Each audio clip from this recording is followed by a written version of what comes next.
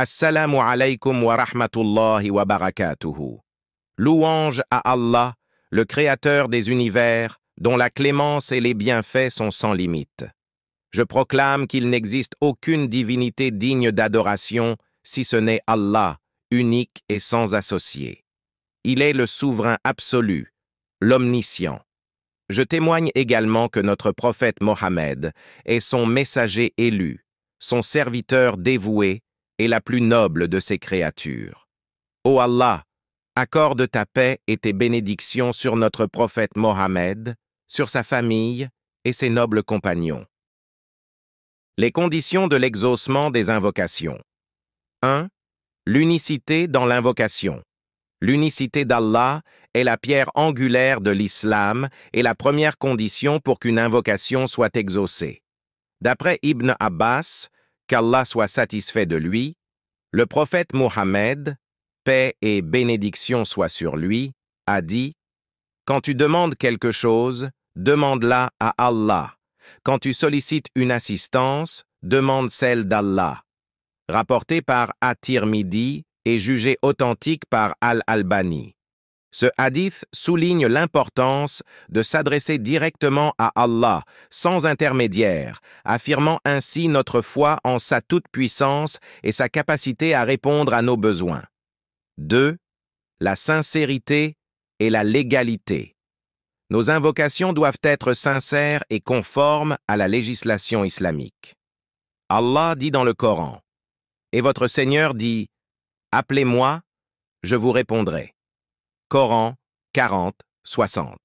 Cela implique une confiance totale en Allah et la recherche de moyens légaux pour l'approcher.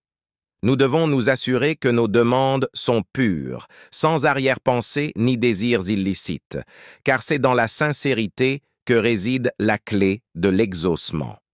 3. La patience dans l'invocation.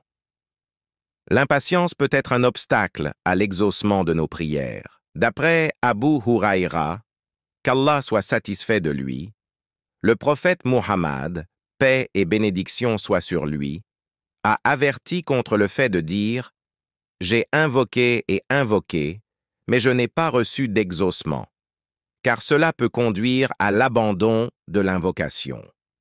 Rapporté par Al-Bukhari et Muslim. La patience est donc une vertu essentielle dans l'attente de la réponse d'Allah, car il répond à nos invocations selon sa sagesse et son timing parfait. 4. Les invocations justes. Nos invocations ne doivent pas entraîner de péché ou la rupture des liens de parenté. D'après Abu Huraïra, le prophète, paix et bénédiction soient sur lui, a dit « On exauce l'invocation du fidèle aussi longtemps qu'elle n'impliquera pas un péché ou la rupture d'un lien de parenté. » Rapporté par Muslim. Cela nous rappelle que nos demandes doivent être justes et ne pas nuire à autrui, car Allah est juste et n'encourage pas l'injustice. 5. La bonne opinion d'Allah. Avoir une bonne opinion d'Allah est essentiel. Abu Huraïra, qu'Allah soit satisfait de lui, rapporte que le prophète Mohammed, paix et bénédiction soient sur lui, a dit « Allah le Très-Haut dit « Je réponds à la bonne opinion que mon serviteur a de moi. » Rapporté par Al-Bukhari et Muslim.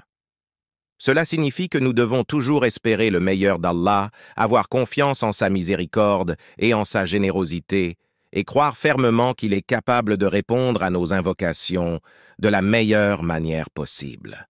6. La présence du cœur. L'invocation doit être faite avec concentration et présence du cœur. Le prophète Muhammad, paix et bénédiction soient sur lui, a dit « Sachez qu'Allah ne répond pas à l'invocation d'un invocateur distrait. » Rapporté par At-Tirmidhi et jugé bon par Al-Albani. Cela nous enseigne que nous devons nous approcher d'Allah avec un cœur attentif et dévoué, conscient de sa grandeur et de sa proximité. 7.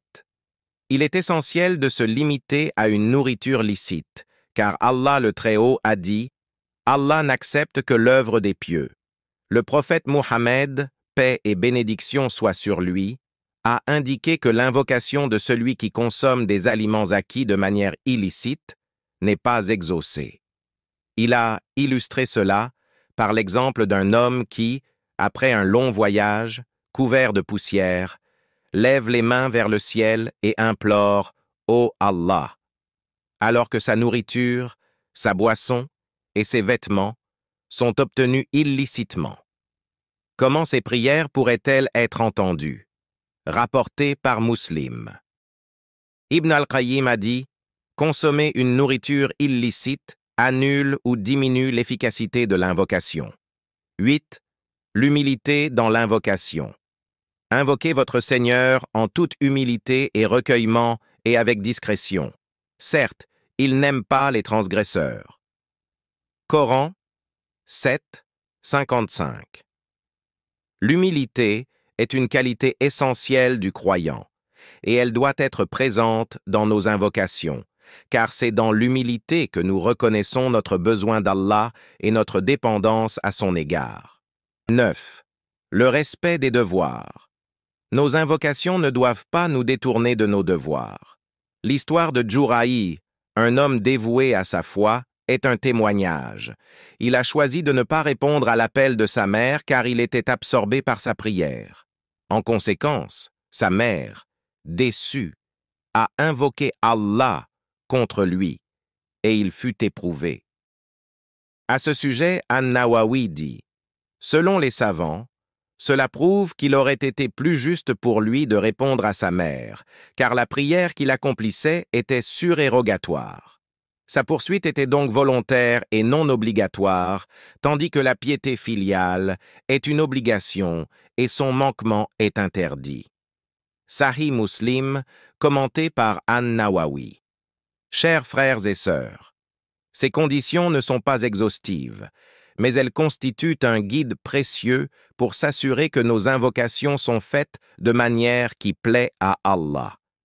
Puissions-nous toujours nous tourner vers lui avec un cœur sincère, patient et humble.